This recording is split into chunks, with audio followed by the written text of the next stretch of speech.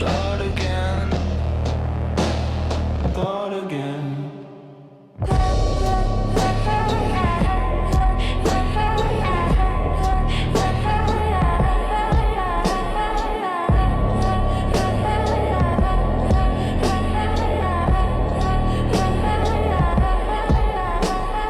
Bad child, going wild. Bad child. Bad child, going wild.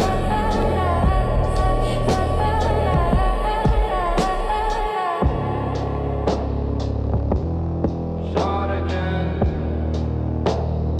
Start again. Start again. Start again. Okay. Woo! That intro was a whole Netflix pilot, but let's get into the actual gameplay. Okay, so here's the deal. I'm using the Sims 4 scenarios as a way to build out my families and my forever saved. I mentioned this in a video before, and now we're going to kind of elaborate. I like this quest-like model because it gives me some structure to stay motivated, but still enough flexibility to make my own drama in the mix. And honestly, I think a lot of Simmers will enjoy playing this way too, which is why I wanted to share it with you. Somebody's got to test it out. So yeah, I'm going to be the guinea pig. You're welcome. This is for my players that are like too much of a commitment phobe to do a legacy. This is just kind of like baby stepping into something. So this first scenario is actually the Troublemaker scenario from The Sims 4, but I'm calling it Bad Child because let's be real, that just sounds cooler. Dylan starts as an F student with a -50 relationship with both parents, and the goal is to raise his grades, fix his relationship with his family, make 5 real friends, and eventually find a partner in crime to prank the school with because, you know, we gotta continue being a bad child. Seems simple on paper, but it's going to be absolute chaos in practice, I'm sure. And since a lot of you love tips and tricks for building out forever saves, I will also be highlighting some of my favorite community lots today. I promise to share them, and don't worry, a full video on community lots is coming soon, so consider this just a sneak peek. So Dylan, he's our star. His traits are that he's romantic, he's a goofball and neat, and his aspiration is the master of mischief. Basically, he flirts, he pranks, he cleans up after himself. So we love that for him. He's a complicated king. Right now, he's an F student with -50 relationship points, as I mentioned earlier, with both parents, which is EA's polite way of just saying your family hates you. Okay, on to Jonathan, who is dad. This is Jonathan. His traits are family-oriented, loyal, and neat. His aspiration is a successful lineage. His dream is a wholesome family legacy, maybe even a grandson or two, but instead, he's stuck with Dylan, who thinks school's optional. Jonathan's the type of dad who believes yelling builds character, but really he's terrified his son's a lost cause. Oh, and he's in the writing career level 4, trying to pen the next great Samarican novel while his house burns down emotionally. We love a delusional king. And then we have Vanessa, which is mom. Her traits are family-oriented, foodie, and romantic, and her aspiration is perfectly pristine. She wanted Pinterest dinners, family game nights, and maybe a matching holiday card, but instead she's getting expulsion calls and casseroles that no one wants to eat. She's the emotional core here, always asking herself if Dylan's chaos is her fault, and coping mechanism, redecorating. Vanessa's about to go Pinterest board deep on this house, like her sanity depends on it. Now, we won't be seeing Kate for a minute, but I wanted to introduce her since she was in the trailer. This is Dylan's girlfriend. So Kate has the live fast aspiration, the party animal trait, and the love bug trait. She's basically trouble with lip gloss. One second she's making out in the middle of the class, and the next she's dragging Dylan to sketchy clubs with Wolfgang, which is Dylan's childhood best friend. Their relationship, messy. Is she the Bonnie to his Clyde, or just a reason he never graduates? We don't know yet, but trust me, Kate's not a side character. More to come on her later in the season.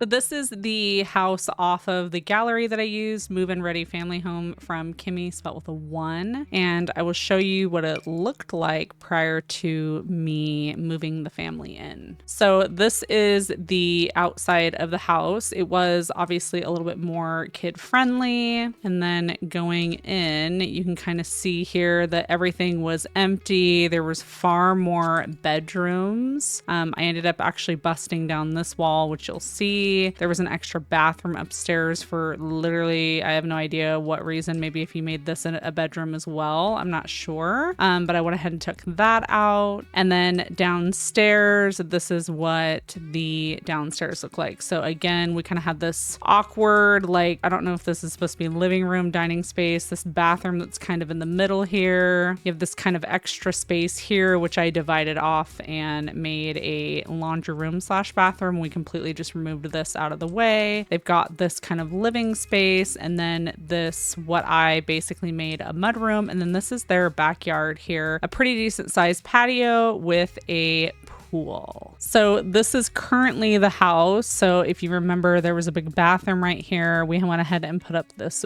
wall. I'm not even sure if I'm going to keep it, honestly. Vanessa is basically me, and we're very indecisive on what we want to do at this house. So right now we're just swatching out some paint colors and testing some things out. We did add some new cabinetry and things to the kitchen. And again, we don't know if we've decided that this is going to be the permanent end. We're still also working on the living room area here. We've added a few things, but we're still in the middle of kind of painting, getting things unpacked. They lived in a penthouse in San Myshuno, so basically they're completely redecorating because Vanessa is obviously a pristine queen and she wants to be a suburban housewife. Well, she's got a job, but you know, she wants to be able to fit in and have the finest and the nicest things in the neighborhood. That's very important to her. I went ahead and made this a little washer and dryer room here, and then just a quick little like powder room here. And then upstairs, I should probably turn on the lights here. Hold on a minute. Okay, so the house is still pretty dim. We're working on things. So this was Jonathan's office from before. We just kind of moved some things in here. It's not really fully decorated, but you know, he just kind of shoved some stuff. We still got some boxes. I ended up turning this little random hallway into Vanessa's office since they both are writers and they work from home. It's not the most ideal space, but we're working with what we have here. And then we over here have Dylan's bathroom. So pretty simple, nothing too crazy. And then over here we have Dylan's bedroom, which he basically unpacked everything because he was already ready to go. He was like, you know what? I'm moving the hell in. If I got to move in, I'm going to move in. It was very therapeutic for him. So he's got kind of all of his favorite movies, his bands. He's a big basketball fan, you know, loves Puffer, loves video games, all of the things. He's really into guitar and piano. If you can't tell, he's a big music addict. So that is a huge part of his personality. He loves music. Over here, we've got a cute picture of him and Kate. And then I don't know why he's got a random selfie there because he's low key self-absorbed, I think. And then in the parents' room, we definitely are not done decorating in here, but this is just kind of the start of what we've got going on. We still got some boxes here, and of course one of the dressers. They both have closets on either side. And then of course we have the bathroom here, which again kind of matches the sink and stuff downstairs, but this will progressively get better and more decorated as the series goes on. If I'm being honest, low key I had to rebuild this house like 500 times because my game kept crashing, and it happened to be Peacemaker CC that was in the way. I had no idea, but now we're here, the game is working, and we love that for us. So this is their current house in the way that it is. They are still moving in and getting to know the neighborhood. Next episode will be attending school and he'll get to meet some classmates.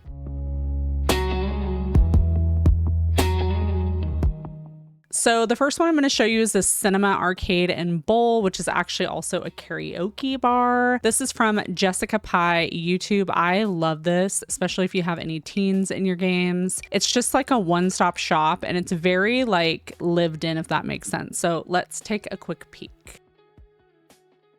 So this is what it looks like from the outside, which is just really cool, really lived in. So when you walk in, this is kind of like your little bowling area that you would hang out. They've got a little karaoke machine. Over here is where we have kind of the bar, and there's additional seating up here and even a little bit of outside seating when the weather permits. Of course, over here, you've got the bowling alley, which is always fun, neatly decorated. And then when you go upstairs, you've got the teen thrash gosh, I love just the added details of clutter and just trash everywhere. This is the little arcade, and then you've got yourself a little movie theater moment, so you can come back here, pop some popcorn, because obviously this is not actually fully functioning, but it does work as a theater. So there's actually 2 showings. If you plop a movie on here, your Sims will sit down and watch the movie in its entirety unless you interrupt them and make them move. So we love that for them. And then let's go down. Thought that this was, oh yeah, this is the karaoke area. So this is additional seating, but then also there's a little karaoke spot here as well. So fully functioning. You don't have to just use it for your teens. Because I am basically doing a high school years Let's Play, I did make this a teen neighborhood so that a lot of teens gather around and hang out. But 10 out of 10 recommend this for a community lot in any of yours. I'm obviously playing in Willow Creek right now, but I love it. I'm obsessed. The next one I'm going to highlight is Papa Pedro Pizzeria. This is by Waffle. I think they've redecorated it a few different times, so you have to kind of check around and see which one you like. But this is kind of part bar, part pizzeria for families. So again, just a really cool place for teens to hang out with, but also if you want to do like a date night or something like that. So let's go ahead and take a peek.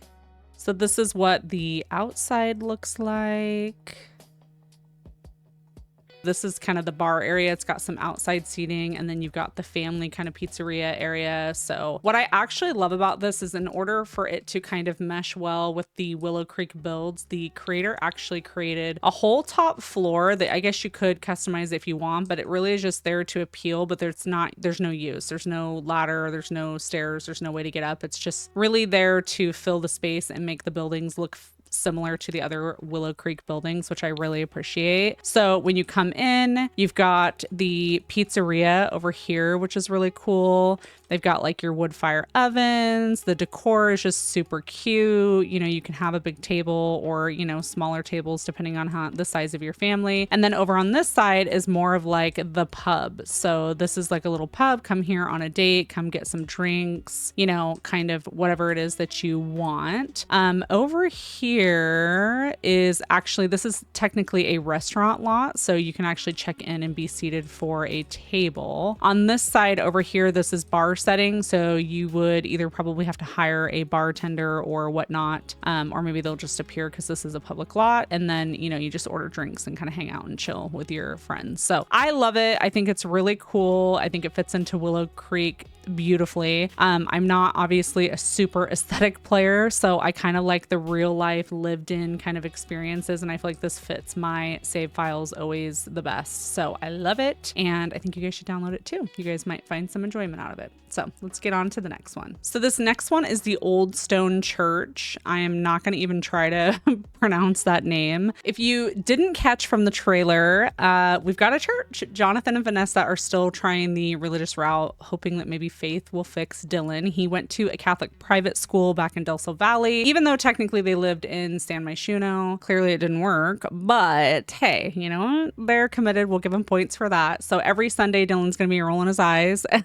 the pew while his parents pray for a miracle. And we love that for them. So this is what the outside of the church looks like. And then going inside, we've got some really unique features out here with the graveyard. I thought that was kind of cool. They're literally mid-burial. And then on the inside, so I will say that I am using a couple of mods here from, I will link them down below. One of them allows you to give the church trait to the lot so people will know that it's a church.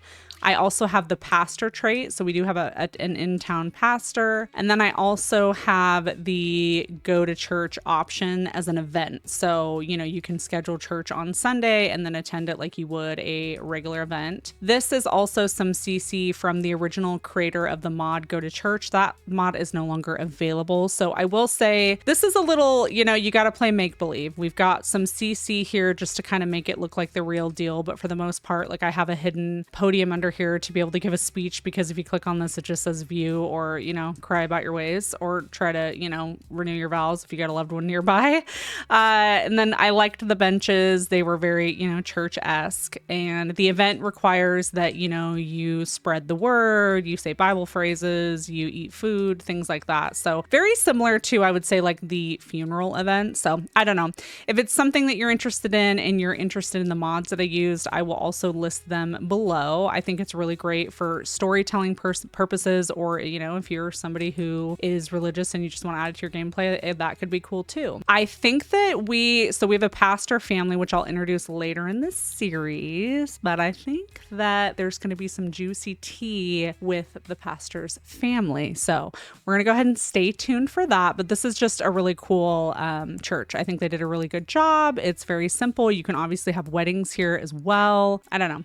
I definitely recommend if you're interested in adding this type of gameplay to your save file. Okay, so this next one is a public pool. I love using this one. This actually is originally by the Hubster, but Sofsters redid it. I recommend downloading the one that Sofsters renovated because it is way more in detail. The Hubster really has minimal things kind of going on. So that's just my suggestion, but let's take a peek and I'll show you what it looks like. Okay, so this is her in all of her glory. Isn't she freaking cute? We have like a little hot springs over here. We've got a big pool that plenty of people can enjoy. You've got the little splash pad for the kiddos. We've got showers and bathrooms for men and women over here. We've got a little snack bar. We got a little play area with sand, little places to eat and places to lay out. And then you've got more kiddie stuff, the ball pin, you know, the little pool, the little slide. So really cute, a ton of fun. It's great for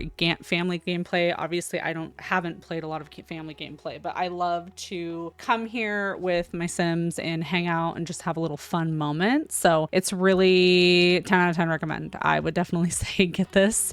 It's fantastic. It is obviously large. I have mine currently in Newcrest. I will say that I'm playing primarily in Willow Creek, but I do have some community properties throughout the worlds because let's just be honest, we ain't got enough space for all the things that we're trying to be doing in the Sims. So I'm not really going to keep to the rule of one Sim, one city, if you know what I'm saying. So this was originally created by Roxy Sims on a 50 by 50 lot, but it was recreated by Emily Bluejay and it's on a 64 by 64. For me, it was so much easier for my game to load, so I really appreciate this recreation. As far as I know from the two, there really isn't a ton of difference except for the fact that because it's a bigger lot, all of the amenities and things that are on it just make it a little bit easier for your game to load. So you can kind of just keep that in mind. You can download Roxy Sims or Emily Bluejay. They both have basically all the same things. There's just a little bit more room on this lot to accommodate, which will be a little less hard on your game. So this is her in all of her glory. I'm literally cannot wait to have my teens come to this fall festival. So I guess I should start where you enter. Enter in, there's tickets here. You come over here to the left and you've got a spooky movie theater. So you can sit on these little haystacks. We've got the pie eating contest. If you've got little kiddos, there's places for them to play games and to color. And then over here to the right, you've got the maze. You've got this cute little like beer garden situation. So you can come over here, have an adult beverage, enjoy some seating. You've got a little cider bar here. We've got another fall festival kind of like food truck going on over here. There's some fruits for sale on the side. Another kind of picture moment if you want. And then of course we got some bathrooms. I love this. You can come pluck your own pumpkin and then you can carve it over here, which is really cool. Of course, we have a couple rides. We have the Ferris wheel and the haunted house, which I just think is so fitting. We got a little fortune teller's seat here, which is really cool. You got your photo booth. Over here, I'm really curious to see how this works because I will be honest, this is a newly found lot for me when I was looking for fall festive things. And I